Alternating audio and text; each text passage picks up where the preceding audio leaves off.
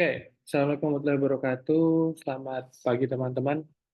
Hari ini saya akan ngasih materi sedikit tentang kelanjutan kelas pengantar public relation. Di sini itu kita akan memasuki fase mentoring. Nah, fase mentoring nanti teman-teman setelah saya revisi bagian latar belakang masalah, teman-teman lanjut untuk apa namanya membuat proposal, draft proposal seperti yang akan saya paparkan hari ini. Marilah kita mulai dengan Bismillahirrahmanirrahim. Semoga hari ini bisa bermanfaat dan teman-teman bisa memahami riset PR seperti apa yang sebenarnya menjadi luaran ujian akhir nanti. Yang pertama adalah saya akan kasih satu contoh proposal. Proposal ini terbaik di angkatan 2021, nilai tertinggi, dan dia juga pada saat presentasi akhir itu membuat dummy yang luar biasa. Dia itu membuat program PR yang namanya Nyudake dalam bahasa Jawa ya. Nah, mari kita lihat. Jadi, teman-teman, nanti sama seperti yang kemarin konsep dari format penulisan riset PR, maka lembar pengesahan cukup jelas. Nah, terus kemudian daftar isi cukup jelas. Lalu di sini teman-teman boleh langsung em, menampilkan profiling dari teman-teman sebagai konsultan PR.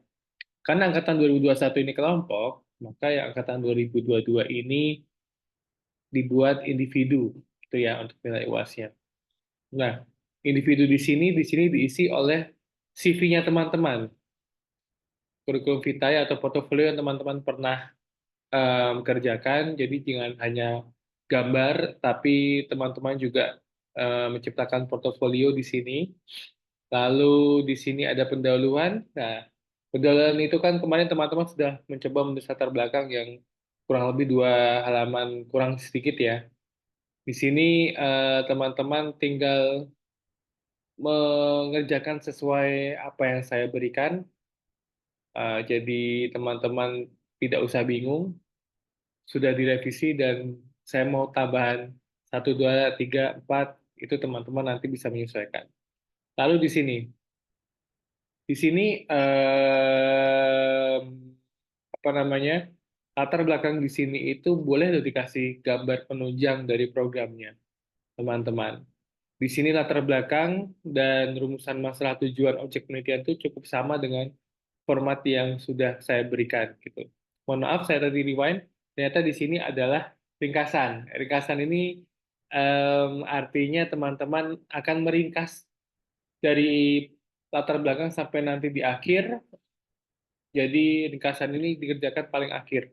Namun yang di sini adalah yang sudah saya revisi. Sekali lagi saya mohon maaf ya, tadi skip satu satu slide gitu. Nah, di sini langsung rumusan masalah atau judul program di format terbaru itu sudah berbentuk program public relation. Jadi tidak strategi apa terhadap apa itu tidak, tapi sudah apa namanya perancangan campaigns dari program public relation-nya itu apa dan tujuannya itu menjawab dari latar belakang gitu ya. Manfaatnya itu adalah menjawab dari tujuan. Jadi manfaat ini lebih spesifik dari tujuan. Tujuan itu secara umum, tapi manfaatnya itu dia sudah spesifik, gitu ya. Setelah manfaat ini spesifik, misalkan di sini ada pun tujuan dari campaign ini adalah untuk mengurangi limbah fashion. Oke, mengurangi limbah fashion kan umum, tapi dia spesifikkan lagi limbah fashion yang berasal dari produksi pakaian yang menjadi sumber polusi mikroplastik laut. Jadi dia akan upcycling limbah fashion, Yudake itu akan merubah limbah-limbah dari fashion itu untuk nantinya dia apa namanya mengembangkan program upcycling yang sudah ada. Nah, lebih spesifik yang nomor 3 teman-teman, yaitu dia langsung menuju ke sasaran gitu. Mahasiswa Unisaka, daerah XK, masyarakat desa ini dan sebagainya. Nah, next, ini yang akan kita apa namanya pemikiran dari format saya sudah kasih kerangka pemikiran namanya atau kerangka teori sama saja. Itu nanti teman-teman tinggal menambahkan em, teori tentang corporate communication. Jadi ini tinggal di template aja, tapi diparafrase sedikit, terus kemudian kerangka konseptual penelitiannya sudah saya rubah ya, teman-teman ya.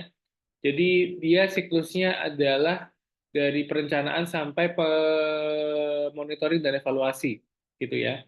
Jadi ada perencanaan, terus kemudian ada pelaksanaan, lalu ada evaluasi, kemudian ada monitoring. Itu siklus daripada program. Gitu. Ini masih pakai yang lama, jadi teman-teman tinggal template yang baru. Nah, metodologinya nanti teman-teman menggunakan metodologi bisa di skip, bisa dihapus, atau bisa ditulis secara template seperti ini. Cuman yang jelas kalau teman-teman akan menempelkan atau mengcopy paste ini harus menggunakan paraphrase dan tidak boleh asal copy paste saja. Tapi harus disesuaikan. Misalkan pengumpulan datanya jelas berbeda ya. Informannya siapa, terus observasinya jelas berbeda. Teknik analisis datanya mungkin akan sama. Terus limitasi penelitian ini juga berbeda. Jadi limitasi penelitian tergantung pada objek. Ketika objeknya bukan di Unisa Yogyakarta, berarti dia tertuju pada objek yang kalian sudah angkat kemarin. Gitu. Jadi yang berbeda ketika teman-teman ingin menulis serupa sama seperti proposal yang saya showing sekarang, itu perbedaannya adalah di poin C, poin B, D ya ini ya. Terus kemudian observasi, terus kemudian analisis data dan limitasi penelitian. Nah, tolong perhatikan ya, ini juga tidak rapi. Antara jenis penelitian, metode ini harusnya D, ini E, ini F. Jadi yang berbeda dari sisi yang sebelah kanan, teman-teman. Teknik pengumpulan datanya itu pasti berbeda, observasinya pasti berbeda, analisis datanya itu bisa jadi sama, atau disamakan, monggo, tapi limitasi penelitiannya itu tergantung pada objek yang menjawab manfaat tadi itu, teman-teman. Jadi cukup jelas ya. Kemudian, sistematika penulisan bisa disesuaikan, karena ini hanya sistematika penulisan proposal. Nah, kita masuk ke pembahasan konsep program. Di sini, teman-teman harus menggunakan em, metadata yang luar biasa ya. Karena di sini ada wawancara singkat, survei, observasi, itu pada perencanaan, maka teman-teman sudah di wawancara itu menghadirkan yang namanya interview guide atau daftar pertanyaan. Survei itu juga sifatnya adalah pertanyaan, pertanyaan pertama itu mengarah kemana, pertanyaan kedua mengarah kemana, pertanyaan ketiga mengarah kemana. Jadi isinya ketika teman-teman perencanaan wawancara dan survei itu sifatnya adalah pewawancaraan, perencanaan. Surveinya teman-teman dilakukan di mana, pada siapa, di waktu apa, daftar pertanyaannya apa, atau daftar yang disurveikan apa. Wawancara juga seperti itu. Jadi tinggal melampirkan yang namanya interview guide, gitu. Oke, terus kemudian disinilah yang pertama konsep programnya adalah tagline atau slogan. Nah, di sini jangan lupa teman-teman harus memadupadankan dengan yang namanya promosi kesehatan yang sudah dibahas kemarin. Gitu ya. Jadi di sini konsep programnya itu kalau kita perbesar di sini itu dari hasil wawancara survei dan observasinya mereka sudah me- apa namanya menemukan tagline dan slogan gitu. Nyudake itu artinya kalau dari proposal ini ya itu adalah menyudahi gitu ya. Jadi dia tagline dan slogan berbeda ya gitu. Jadi ini yang akan menjadi core-nya dan untuk teman-teman karena berbeda dari angkatan 2021 maka nanti jangan lupa untuk ke Promkes. Di sini sudah muncul Promkesnya. Terus kemudian di sini ada yang namanya logo dan tagline dan slogannya bisa dimasukkan di sini. Kemudian visual storytelling. Nah, ini kan perencanaan, teman-teman. perencanaan visual storytelling itu adalah bagaimana teman-teman itu menyiapkan foto-foto terbaik ya, tapi dia bisa bercerita. Ibarat kata adalah foto-foto untuk bahan pamflet maupun brosur dan atau advertorial. Nah, di sini perencanaan. Maka di sini bisa sketsa yang tadi saya bilang. Oleh karenanya di Comcast itu teman-teman harus setor sketsa gitu kan agar kita tahu atau kita bisa memahami apa yang akan ada di visual storytelling. Bentuknya kalau di proposal itu bisa gambar dari Google, bisa dari sketsa gitu ya. Nah, untuk proposal teman-teman kalau saya boleh kasih saran itu adalah teman-teman menduplikasi gambar Google, ya gambar tapi harus menyebutkan sumber ya. Ini kekurangannya adalah tidak menyebutkan sumbernya. Jadi di sini sebutkan sumbernya, terus di sampingnya adalah sketsanya. Gitu. Jadi biar bisa tahu maksud dan tujuannya kok memilih gambar ini tuh untuk sketsa yang mana dari tagline sama slogannya.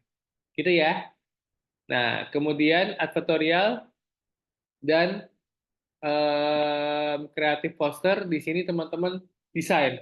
Dan tadi saya bilang advertorial diambil dari stok gambar yang visual storytelling itu.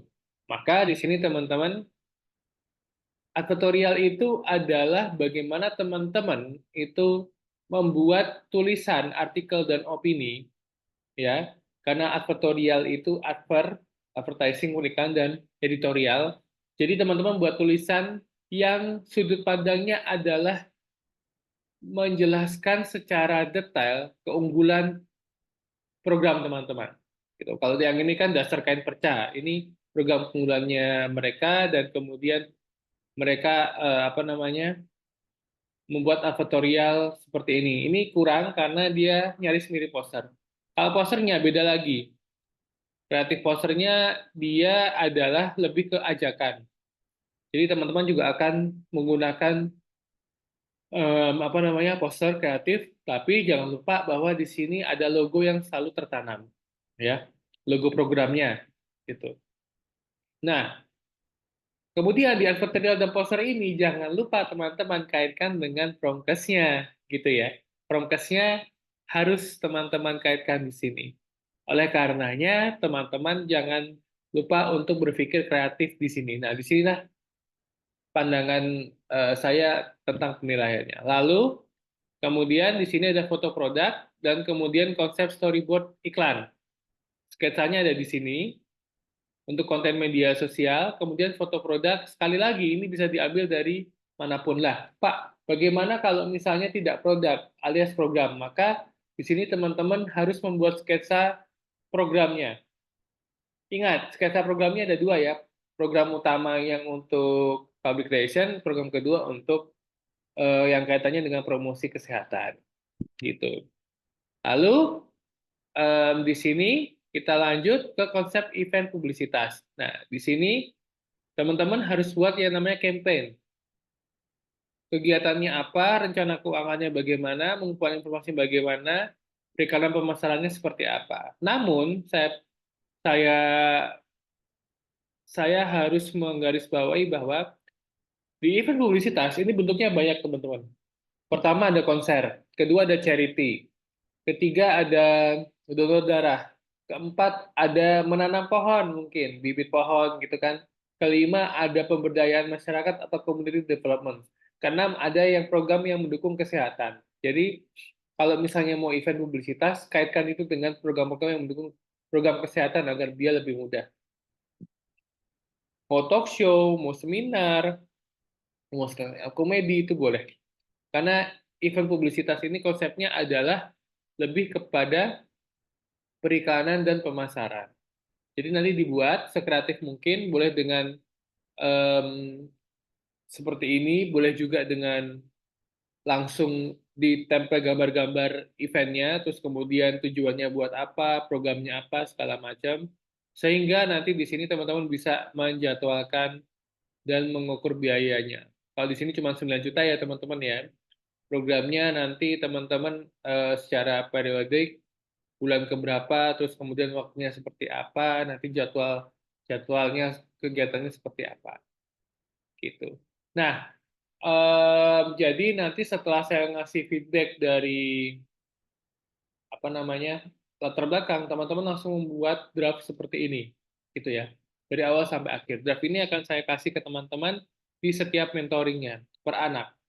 Saya harap tidak plak-tiplak, tidak kopas, tapi teman-teman ini jadi guidance. Jangan buat ini menjadi template ya.